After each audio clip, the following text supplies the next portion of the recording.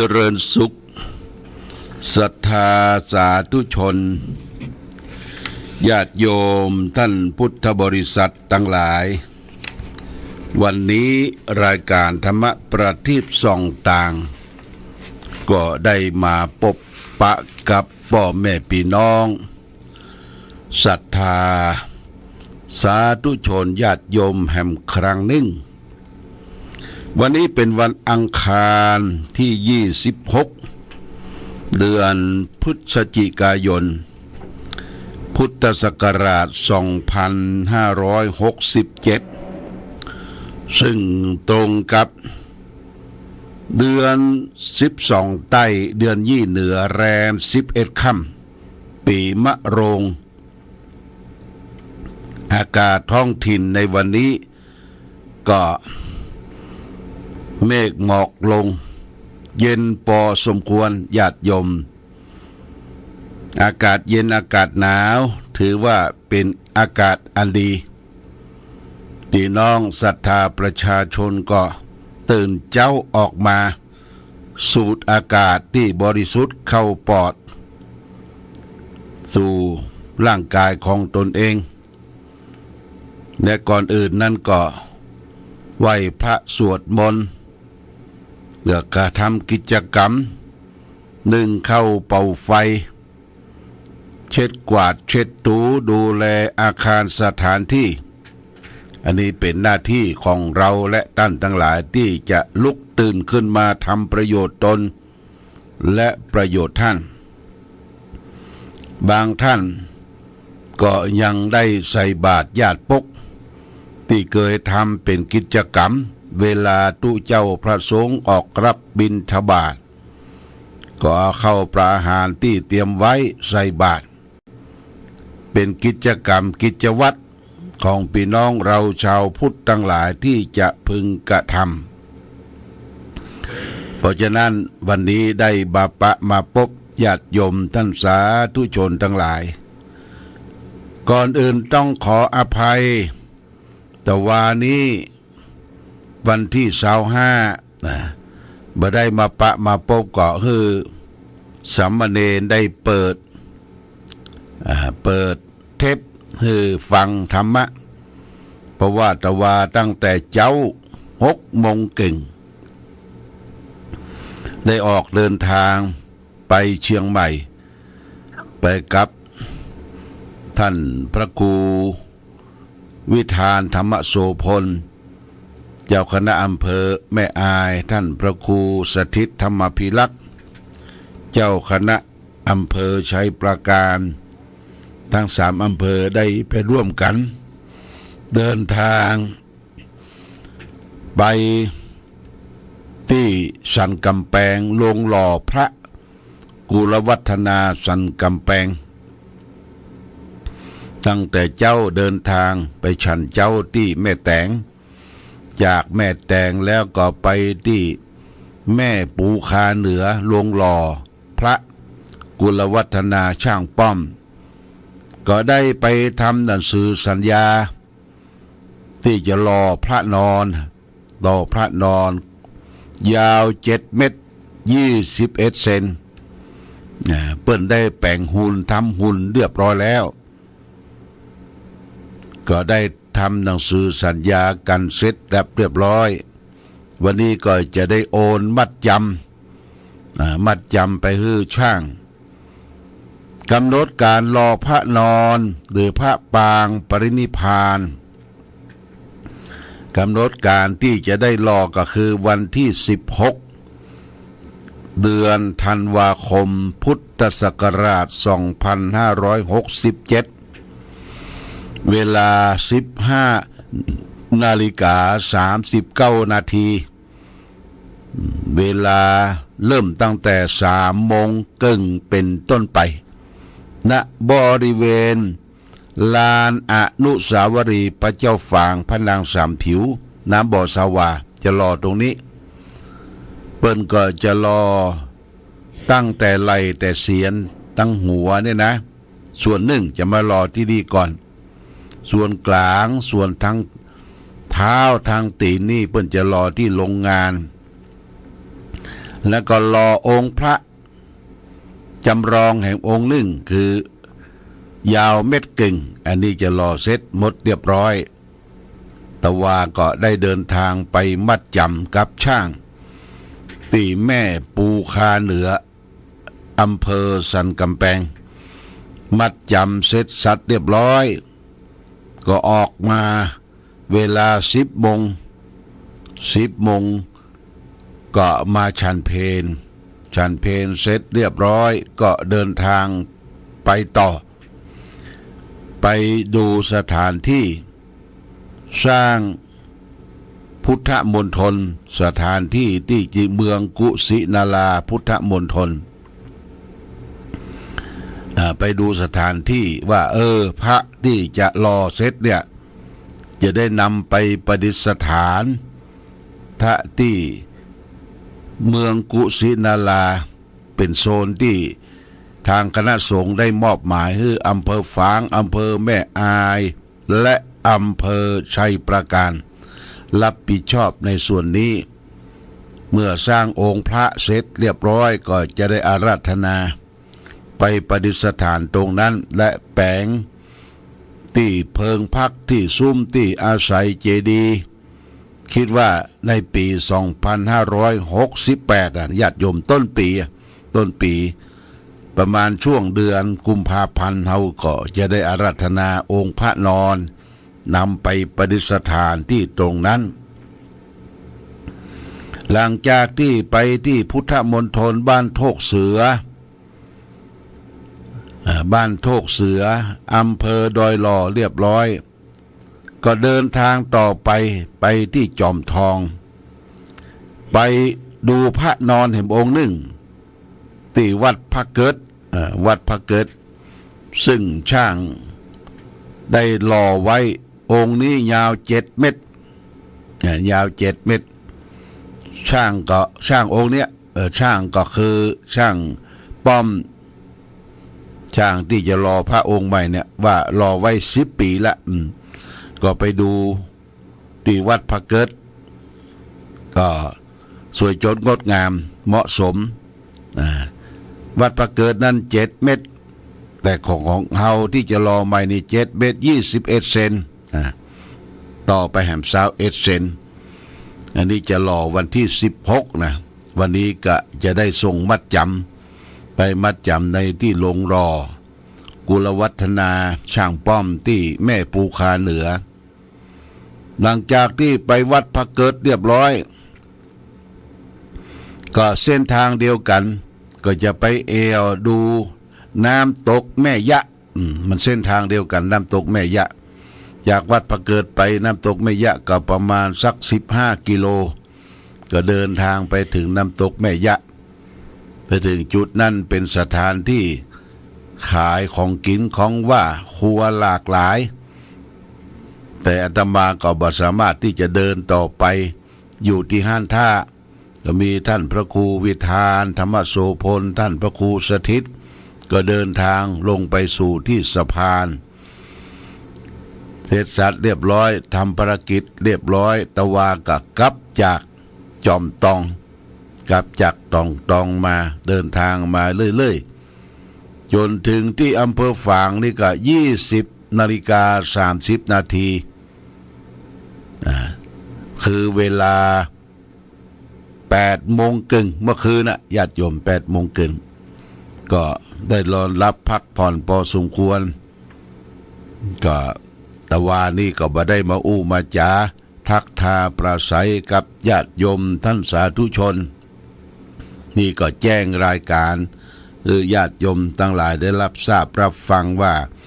ประเดี๋ยวนี้เปิ้นเตรียมงานแล้วเนอะ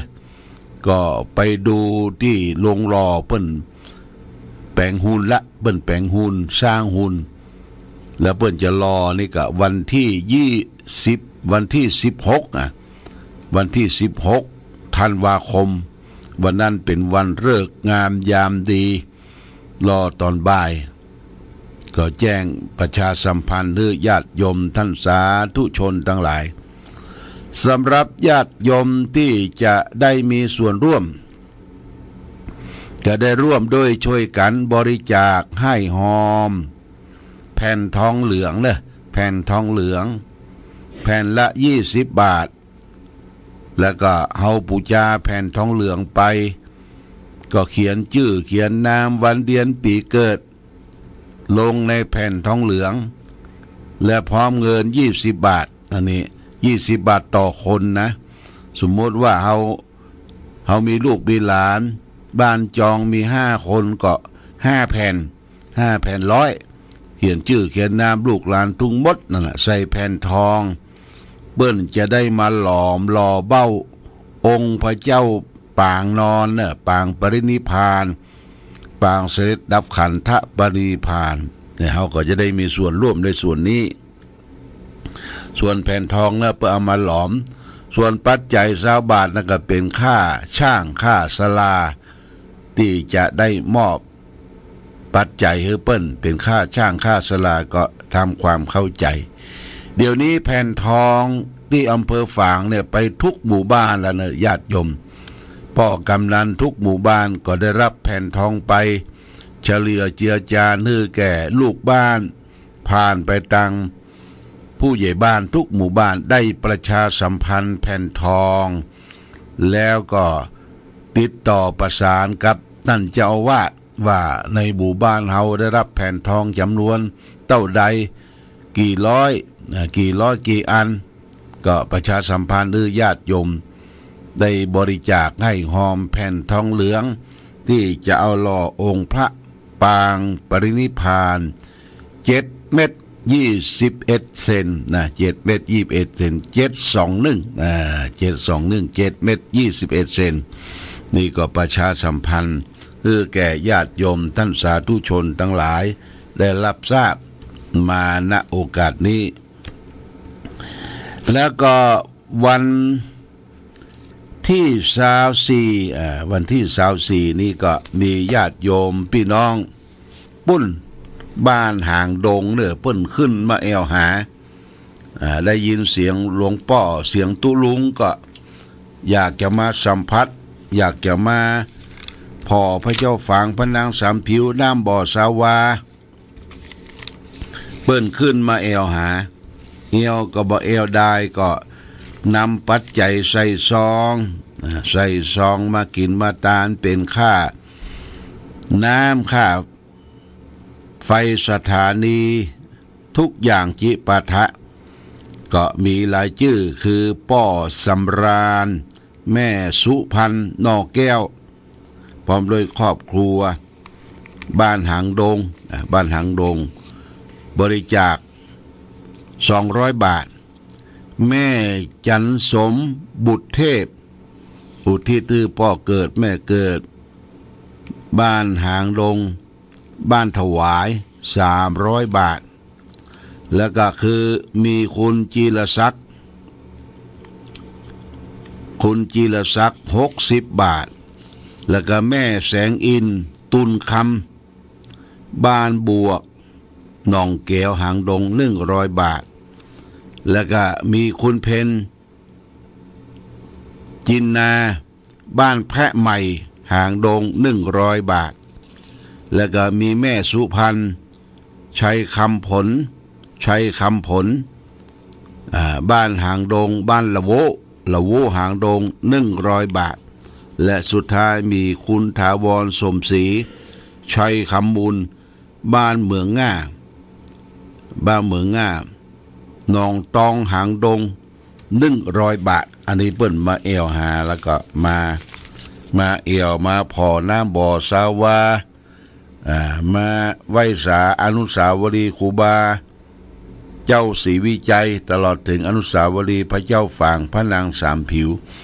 เชิญชวนเด้อญาติโยมในช่วงนี้ช่วงหนาวว่างเมื่อไรก็ขึ้นไปเอวมงฝางเนาะไปสัมผัสลมหนาวไปเสาะบกอกครูบาที่หลังอนุสาวรีย์ครูบาเจ้าศรีวิจัยตอนนี้เริ่มจะโลนละแต่โลนบ่นักเตื้อแก่นน้อยเรียกว่าบกอกครูบาเปิ้นเคยมาเมืองฝางก็อธิษฐานจิตเอาบกอก มาปลูกที่นี่เป็นบ่อกรอกครูบาเจ้าศรีวิจัยนะญาติโยมก็เชิญชวนไปเอี่ยวเมืองฝาง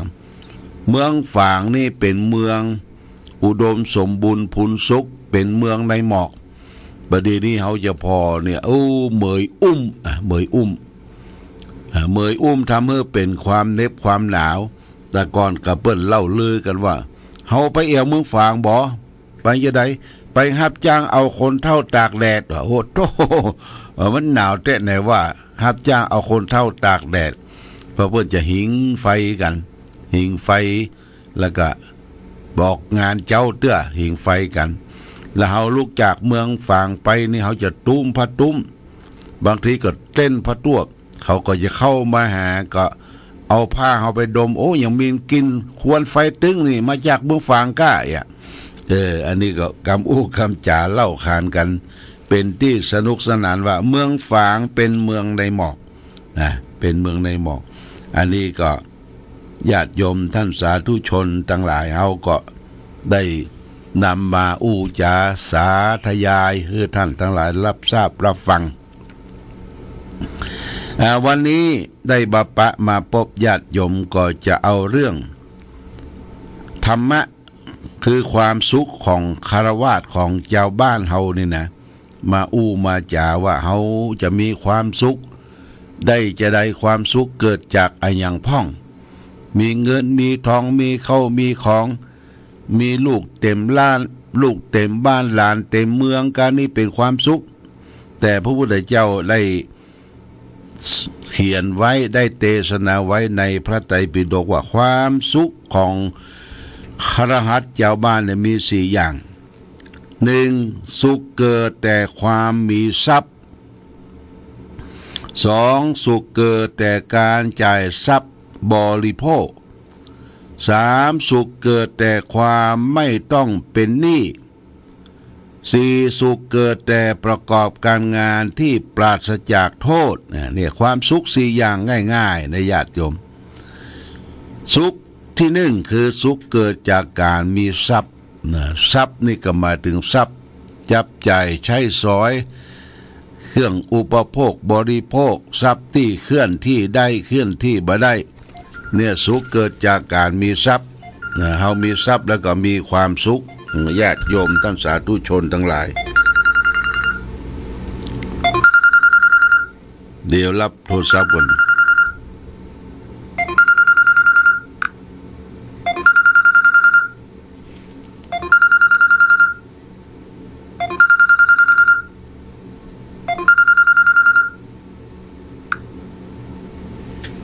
ดักไปละไปหุโทรศัพท์เข้ามาสุขเกิดจากการมีทรัพย์คนที่จะมีทรัพย์สินเงินทองได้ก็ต้องอาศัยความมั่นเลยญาติโยมมั่นขยันเสาะเบี้ยหาเงินหามรุ่งหามค่ำเก็บสะสมออมทรัพย์ไปถึงจะเกิดมีทรัพย์เมื่อได้มาแล้วเปิ้นว่าให้รักษาทรัพย์ด้วยความมั่นนะคือเก็บเซฟไว้ฝากไว้เอาซื้อสิ่งที่เป็นจำเป็นบริโภค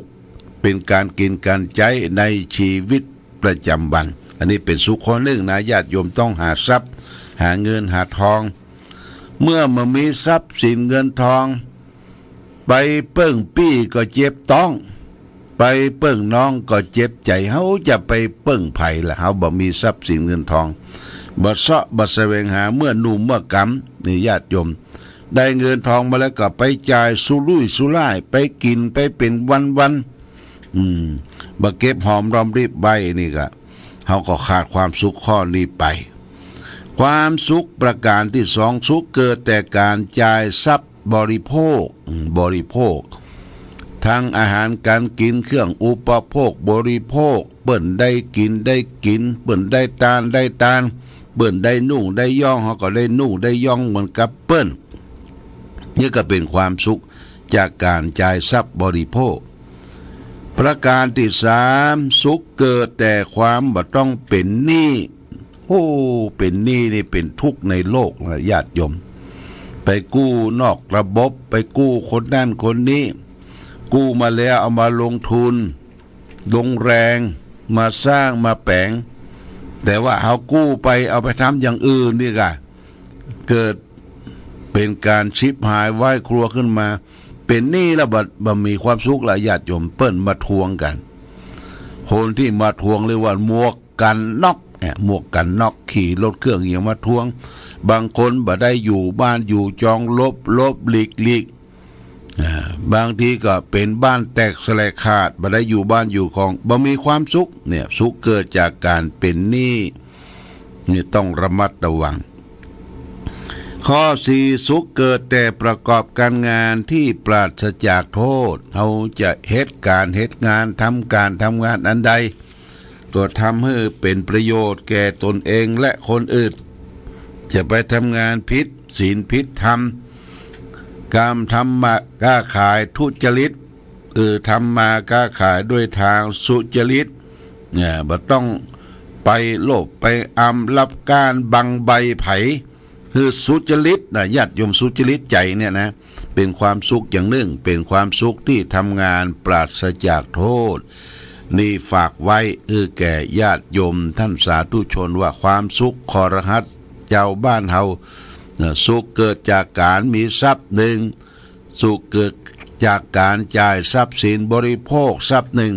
3สุขเกิดจากความบ่ต้องเป็นหนี้คนอื่นหนึ่ง4สุขเกิดจากการทำงานปราศจากโทษนี่ฝากไว้คือเป็นหลักคิดแก่ญาติโยมท่านสาธุชนทั้งหลายเอาละวันนี้รายการธรรมประทีปส่องต่างได้มาพบศรัทธาสาธุชนทั้งหลายก็พอสมควรแก่กาลเวลาขอความผาสุขความมีธรรมจงบังเกิดมีแก่ศรัทธาสาธุชนญาติโยมทุกท่านรายการธรรมประทีปส่องต่างต้องขอลาก่อนขอผู้ฟังจงตั้งมั่นจิตหันษา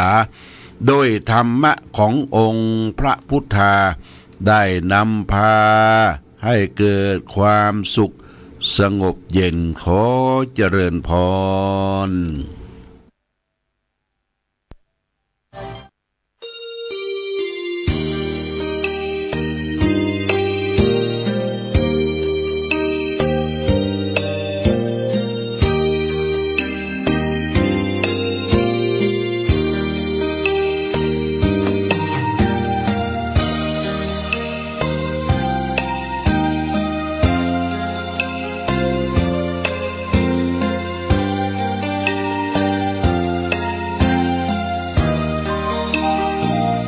เวียงฟ้างเมืองบุญอุ่นไอ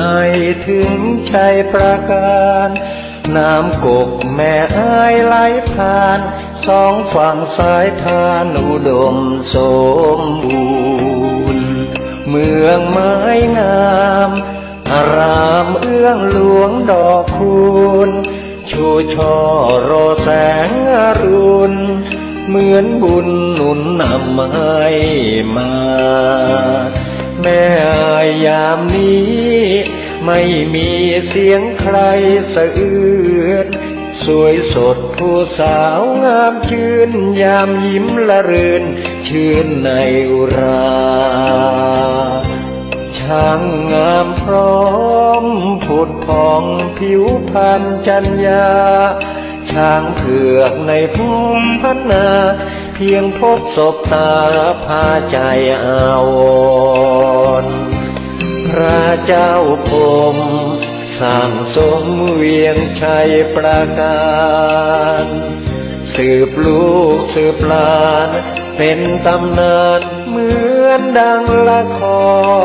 รเหนื่อยยากเพียงใดทรงใส่ใจข้าราษฎรเชียงแสนแม่อายท่าตอนทรงขวาตอนร่วมเป็นธานีควรจงภูมิใจ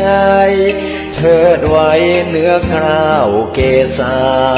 พระคุณมากล้นพันละนาสร้างเมืองมานับกว่าพันปีกอบกู้เวียงร้างสร้างวัดวิหารเจดีย์เรามีสุขทุกวันนี้เพราะพระบารมีของพระเจ้าพรหม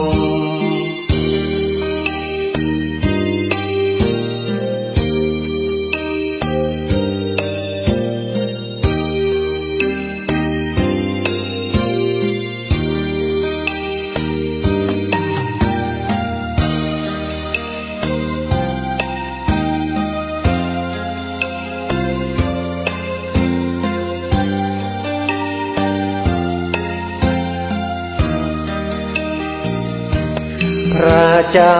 ธงชาติและเพลงชาติไทยเป็นสัญลักษณ์ของความเป็นไทย